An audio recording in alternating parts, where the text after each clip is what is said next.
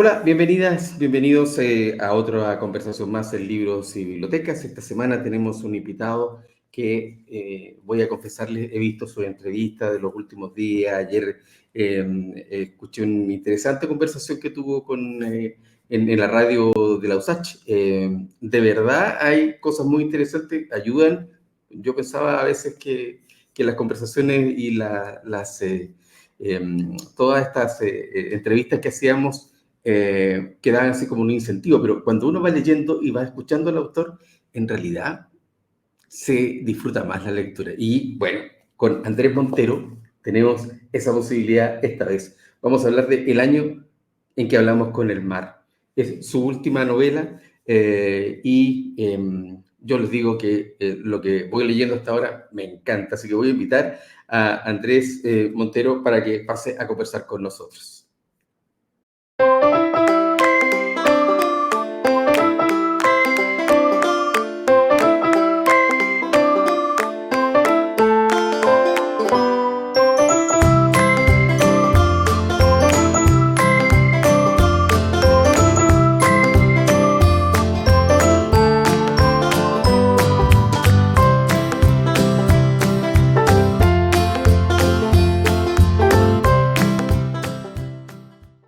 Hola Andrés, ¿cómo estás? Hola Waldo, muy bien, gracias por invitarme. Pero muy bien, pues usted siempre tiene buena disposición, así que se agradece. Dentro de lo que se puede, sí. Mira, voy a hacer una locura, a ver qué te parece. Pero voy a leer algo. Perfecto.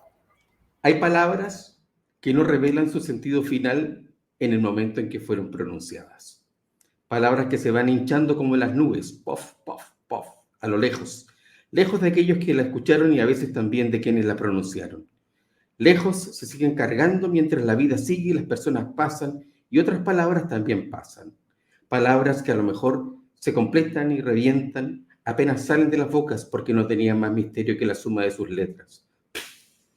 Se deshacen en los oídos, desaparecen como la espuma del mar, mientras esas otras, las invisibles, las gigantescas, las que creíamos que no tenían más misterio que la suma de sus letras, han seguido creciendo hasta que ya no pueden más y entonces caen como un vendaval sobre la memoria, reventando el tiempo. Maravilloso. Muchas gracias. Gracias por la lectura también. Pero, por favor, mira, Andrés, de verdad, tú vienes de una tradición oral, tú tienes una experiencia y un relato que has ido construyendo a partir de las voces más vernáculas, diría yo, de nuestra tradición oral chilena. Y hay un trabajo súper potente. Yo creo que este párrafo reúne la fuerza de esas palabras y también de esa tradición. Así que yo quiero partir hablando de eso. El año en que hablamos con el mar es un relato de carácter colectivo. Hay un nosotros que habla, que es muy interesante cómo manejas la técnica para que no se pierda ese sentido en todo el relato. Pero tiene que ver con las tradiciones chilenas, el ethos principal de nuestra gente. Bueno, sí, tal cual. Yo a veces pienso que todos estos años he estado como removiendo la tierra con el asadón para que vayan saliendo historias y de alguna manera en el último libro, La muerte viene estirando, y en El año en que hablamos con el mar, siento como que ha aparecido algo que se venía arrastrando. Y que me ha llevando como una nueva línea, si bien siempre ha sido un poco mi centro de interés, la historia, la comunidad, el encuentro, siento que ahora está apareciendo de una forma distinta. Yo lo noto también en los libros y en la escritura. Eh, y claro, cuando alguien cuenta una leyenda, por ejemplo, que a mí me gusta mucho, o una historia tradicional, un mito, si bien dice, hay una voz narradora, el narrador o la narradora es uno, ¿no? En esa voz se están juntando muchas voces, o sea, hay muchas voces dentro de ese narrador o narradora que está eligiendo contar esa historia esa noche o ese día. Por lo tanto, la tradición oral quizás siempre habla en un nosotros, lo que pasa es que no nos damos cuenta, ¿no? Y además, bueno, he contado por ahí que cuando estaba escribiendo este libro estaba todo el proceso de la primera convención constituyente, donde se estaba ya planteando como, en el fondo, cuál es el relato de Chile, ¿no? Que es un poco lo que hacen mis personajes en la novela, no en el sentido de nación, pero sí un relato que le importa a ellos como isleños. Y aparecía la idea de que finalmente, de hecho, después llegó al papel, a la propuesta, que era que comenzara esto, la propuesta de la nueva constitución, diciendo nosotras y nosotros, el pueblo de Chile, etcétera, etcétera. Entonces, el narrador colectivo, el narrador en primera persona del plural, que es poco común en la literatura, no es que no exista, pero no es demasiado común, tenía mucha fuerza en ese momento, en el contexto de producción, digamos. Así que se junta todo y quedé como contento con esa elección del narrador, que siempre es súper difícil. ¿Quién va a contar la historia? Estamos hablando con Andrés Montero de El año en que hablamos con el mar. Esto está recién salido del horno, o Sí, sea, recién. está calentito. Y hay una, bueno, es una novela que está localizada en una isla que está, nosotros que decimos recién, estos habitantes de esta isla, que parecen al final como una gran familia, donde todos como que piensan lo mismo o que reaccionan de la misma manera frente a fenómenos que les atañen a ellos, es una figura retórica también para hablar quizás de Chile, ¿no? Exactamente, o sea, son estrategias narrativas para representar algo, ¿no? Al final, cuando un escritor elige hacer una elipsis ¿no? O cuando elige que el narrador sea una niña de 5 años, no solo está tomando una decisión estética, sino que podríamos decir que también política, digamos, dentro de la política como del libro, o filosófica incluso. Por lo tanto, en esa decisión hay eso, no solamente como una idea literaria, sino que esa idea literaria quiere representar otra cosa, ¿no? Como tú decías. Y en el caso, ¿en qué se parece Chile a esta isla? Al sentido, digamos, de aislamiento, de estar fuera de lo que pasa, como una especie de mundo que no está tocado. Sí, bueno, acá hay, bueno, primero Chile ya es como una isla, eso se ha dicho muchas veces, yo estoy de acuerdo con esa, como una isla, estamos con cordillera a un lado, mar al otro, Desiertos. desierto y Patagonia como profundísima, entonces como difícil llegar a Chile. Y entonces nos comportamos un poco como una isla y tenemos características como de isleños, los chilenos, en varios sentidos. Pero además de eso, dentro de esta isla que es Chile, hay islas, además. Entonces uno se imagina ya el aislamiento de la isla dentro de la isla, ¿ya? Entonces como ya una metaliteratura de la isla. Y pienso que funcionan esas comunidades aisladas, las que me ha tocado conocer al menos, como Chile chico, ¿no? Así como, no como la ciudad de Chile chico, pero como un Chile chico. Porque funciona muy parecido, tiene sus habitantes con distintas edades, tiene algunos como que es más líder, otros que llevan la cosa, hay violencia, hay situaciones de poder, pero hay comunidad también, hay que tomar decisiones, hay que soportarse, entonces funciona un poco así. Pero además, esto de nuevo con el contexto de producción, yo esto lo estaba escribiendo cuando la pandemia todavía no pasaba. Entonces, nos sentíamos, si ya nos sentíamos islas cada uno porque no podíamos salir de la casa, y uno se imagina como lo que pasaba en la isla. Acá en la isla del libro es un poco, está ambientada como en la isla Mocha, aunque no la menciono porque yo me la inventé, porque de hecho no pude ir a investigar y a estar allá por la pandemia. Porque me podía pasar lo mismo que a mi personaje, que en el fondo llega en una avioneta y después no puede salir porque llega el bicho y no sale más la avioneta. Entonces, bueno, justamente, o sea, son como varias capas de islas. O sea, la isla que es como la nación, la isla que es la isla en Chile, que son muy importantes además, y lo isla que fue cada país y cada ciudad en la pandemia, donde bueno, nos aislamos unos de otros. De hecho, habían conceptos como aislamiento social, ¿verdad? Sí. Y entonces todo eso andaba dando vuelta y parecía funcionar como metáfora y símbolo de varias cosas también. Así que por eso la fui como integrando al libro. Oye, Andrés, aquí hay dos personajes mellizos que están cruzados por el tema del relato, el cuento, la historia, la leyenda, pero que sin embargo, en sus distintos aspectos, uno con su historia y con la otra, como que se resisten a su naturaleza de contar cuentos o de contar historias o de, es como negar la realidad, es como negarse a sí mismos. ¿Cuántos de esos personajes, cuántos Andrés Montero hay en esos personajes? Bueno, primero, respondiendo, como digamos, la pregunta que llega al final, mucho porque yo hice una especie como de escisión de mí mismo, de la parte viajera, que le gusta el encuentro, la parte escritora, etcétera, que sería Jerónimo Garcés, y la parte que también me habita, digamos, que es como la más ermitaña, la que le gusta estar solo, que no le hablen mucho, tener tiempo para mirar los árboles y para esas cosas. Entonces, que ahí está un poco Julián. Sin embargo, estas dos personalidades que me habitan, pero que también creo que le pasan a más personas, no creo que sea algo que me pasa a mí nomás, también representan como un poco formas del contar. Hay un ensayo famosísimo de Walter Benjamin donde él habla de, bueno, que se llama El narrador, de hecho, donde él habla de como las dos formas de ser un narrador, que una sería el campesino, que es aquel que cuenta las historias de su tierra y preserva la memoria, digamos, ¿no? Como uno se imagina el tiro como el narrador de la tribu, ¿no? Como el que cuenta para que no se pierda la memoria.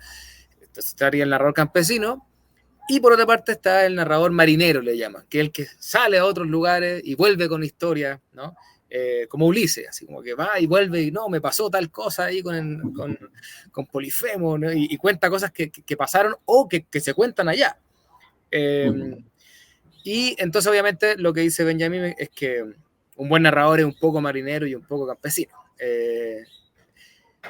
Entonces acá hay estas dos formas de ser narrador están un poco representadas porque Jerónimo ha recorrido todo el mundo y es cronista, es una especie Sí. como de Martín Caparrós, como que ha viajado por todo el mundo y hace crónica y habla de eso y publica en revistas y aparte vive afuera y ha estado en distintos países y conoce Japón y la selva.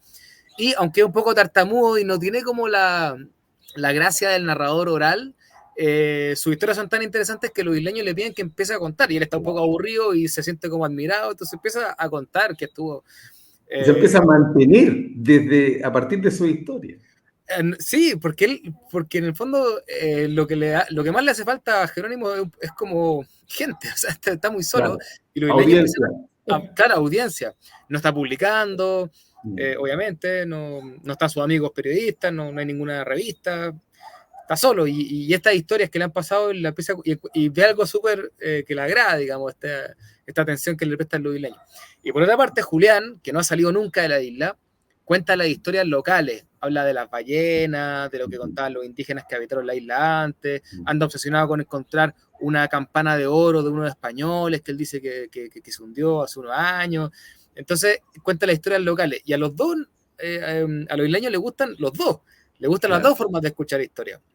Entonces, O sea, de hecho, este narrador que está presente, que es colectivo, ¿no? Tiene una angustia brutal de no verlos juntos o de, les pasa que tratan de abuenarlos, no quiero contar mucho la historia, pero en el fondo hay, el pueblo, la isla misma, quiere que ellos estén, esas dos personas se junten. Exacto, y aunque los isleños no lo dicen, digamos, no parecen ser conscientes de eso, la idea que está detrás o lo que les pasa es que una comunidad necesita a su narrador. Entonces, lo que pasa con Julián es que ya no cuenta cuentos porque está pasando por un luto, está medio depresivo, se fue a ir a la punta del cerro y Literalmente. y los isleños lo echan de menos, y encuentran a Jerónimo una forma de historias que no son las mismas, pero que les gustan.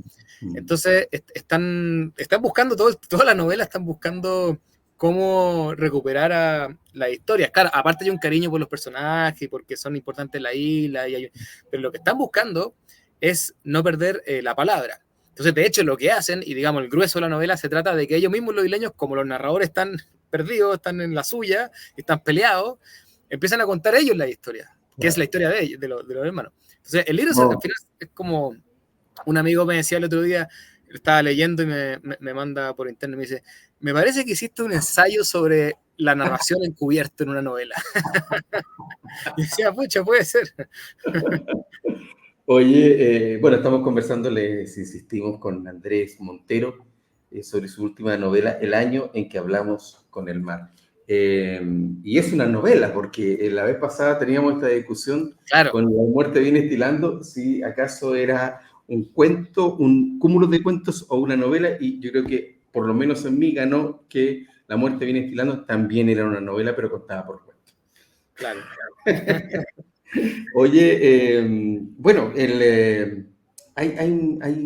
hay un cúmulo de personajes que están aquí. Estos personajes, tú los has visto en carne y hueso cuando has recorrido Chile, porque yo te he visto, además tienes un programa de televisión ahora, tienes varios proyectos que te ha hecho andar por muchas partes. Y me imagino yo también escuchar y contar muchas historias.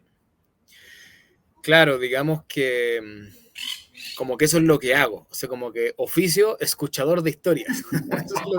Eso es lo que más hago, escuchar, aparte de curioso, ahora con el programa de tele es como, parece como un trabajo más serio, pero lo he hecho siempre, digamos, me gusta mucho.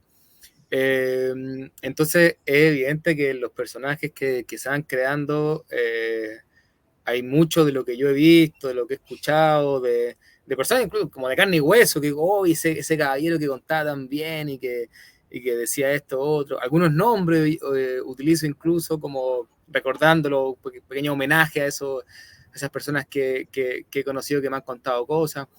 Y también algunas cosas más sutiles que tendría como que ir personaje por personaje para contar de cada uno, pero que he visto y que me causan entre admiración, ternura a veces. Por ejemplo, mientras están los isleños acá en la novela, están contando ellos la historia de la Garcés, qué sé yo, van apareciendo como pequeñas referencias metanarrativas. O sea, alguno dice, en este momento discutimos si era bueno hablar de esto o no, pero finalmente decidimos que sí, ¿no? O aquí don Félix propuso que dijéramos la palabra yugo, que es bonita, como que hay una meta narrativa de cómo se fue armando esa historia. Entonces hay un personaje que en un momento ocupa una frase que siente que es bonita, y entonces el narrador dice, esto fue aporte de don Gustavo, que pide que le señalemos y que contemos que todavía le quedan copias del libro que mandó imprimir al continente y que contiene lo mejor de su poesía. Y yo me mataba la risa. No fue impreso, digamos. Claro, cuando lo escribía me reía mucho porque, si bien no es que me pasó eso exactamente, pero he visto muchas veces ese personaje que suele ser como un viejito que escribe unos poemas y por eso digo que me da como entre admiración y ternura, porque a veces son tremendos poetas y traen, pucha, una cuestión impresa como que en la municipalidad le imprimieron unas hojas cartas y se la anillaron, o sea, como... Y a veces uno se encuentra como tesoro ahí y también está como esa gana o esa conciencia de ser escritor, poeta, narrador. De contar historias. O contador de historias y no tener, digamos, los recursos para que alguien se entere de eso. No saben lo que es una editorial, o se confunden, creen que solo se publica si uno paga. Entonces, hay, bueno, también hay una especie como de homenaje a esos escritores y escritoras que no vamos a conocer. Porque se van a perder, digamos. Y que sin embargo están ahí. Y que están ahí y que están alimentando la literatura nacional. Lo que pasa es que desde otro lugar que ellos no han elegido, yo creo, ¿no? O sea, como que es así por desigualdad, finalmente. Pero a mí me gusta recordarlo y pensar que nos sostienen. Así, esos viejos, tengo imágenes muy concretas de un poeta en Linares, de un señor en Copiapó, o sea, como que los tengo identificados. Un caballero en Lota que tenía un libro de su historia de la mina y que probablemente en su libro no van a ver la luz por distintas razones, pero están ahí y están representados también en esta novela, siento yo. Sí, mira, yo siento que también es como un tremendo homenaje a la actividad de contar cuentos, contar historias y leyendas y todos estos relatos que se dan en nuestros campos o en la vida cotidiana de las personas. Siempre hay alguien que tiene esta capacidad, esta habilidad para hacerlo, Sí. y es porque también tienen una función, ya sea en la familia o en la misma sociedad. Alguien tiene que hacer esto, alguien tiene que poder resumir o concentrar las emociones o ponerlas ahí de relieve, en fin, hacer que las personas se detengan un poco y reflexionen sobre las cosas que están pasando. Y esos son los cuentos, esos son las leyendas, esas son las historias. A propósito de esto, usted tiene un tremendo proyecto, mi amigo, que se llama La Casa Contada. Y Sí, trabaja ahí también, y hay un gran seminario que se va a hacer por estos días. ¿Por qué no nos cuentas de eso para que también quienes nos estén escuchando o viendo puedan ser parte de ese proceso? claro, pues encantado. Bueno, en Casa Contada, una escuela de literatura y oralidad, tenemos talleres de escritura de cuentos, de escritura autobiográfica, cursos sobre literatura japonesa, literatura latinoamericana, etcétera. Y este año tenemos un seminario bien particular, que es un seminario internacional de narración oral. Entonces le pedimos a 9 de los más grandes contadores de historias contemporáneos del ámbito hispanoamericano que dieran una charla cada una, sobre un tema de su expertise, ¿no? Entonces es un lujo porque como un seminario online, las personas interesadas pueden acceder a tener una clase con Pep Bruno, que es un gran narrador español, Estrella Ortiz, que también es de España, con Carolina Rueda de Colombia, con Yoshi Yoki de Japón, que si bien es japonés, trabaja en el contexto hispanoamericano porque habla muy bien español. Es un lujo, la verdad es que hemos tenido una convocatoria increíble, la gente se ha sumado con muchas ganas, pero todavía quedan cupos, y si alguien quiere participar, puede encontrar ¿Cómo lo la hago? información en casacontada.com, ahí le busca y entre los distintos cursos va a encontrar el seminario y se puede inscribir. Esto comienza el sábado con la charla de Nicolás Buenaventura, que es un narrador colombiano buenísimo, que de hecho en nuestra editorial Casa Contada publicamos un libro suyo, Palabra de Cuentero, también lo encuentran ahí en casacontada.com o en librerías. Y si alguien está viendo esto ya después del 13 de abril, no se preocupe porque puede acceder a esta clase de Nicolás, va a quedar grabada y después puede ver esa grabada y después ya se suma en directo a las otras 8 charlas. Esto es para todo público, especialmente para gente que le gustan los cuentos, que le interese, que quiere contar, que quiere aprender, que ya cuenta, para narradores profesionales también, y para mediadores de la lectura. Bueno, todo aquel interesado en la palabra le va a despertar mucho interés todo lo que digan estos monstruos de la narración oral. Son primera línea, digamos. No hay que perdérselo entonces, no muy bien. Oye, bueno, estuvimos conversando con Andrés Montero el año en que hablamos con el Mar, su última novela. Yo se la recomiendo, pero con mucho entusiasmo. De verdad, muy entretenido. Andrés, además de hablar simpático como lo hace acá, también escribe muy bien, tiene muchas herramientas, elementos que lo llevan. Yo me imagino, yo nunca te he escuchado así como contar un cuento en vivo indirecto, pero debe ser muy parecido a cómo escribes porque de verdad recrea ambiente, atmósfera, es muy entretenido. Uno puede evadirse con las lecturas de Andrés Montero. Muchas gracias por estar acá, Andrés. Muchas gracias a ti, Waldo. Se agradece mucho este espacio y se disfruta la conversación también. Muchas gracias. Nos vemos. Un Chao, abrazo. chao.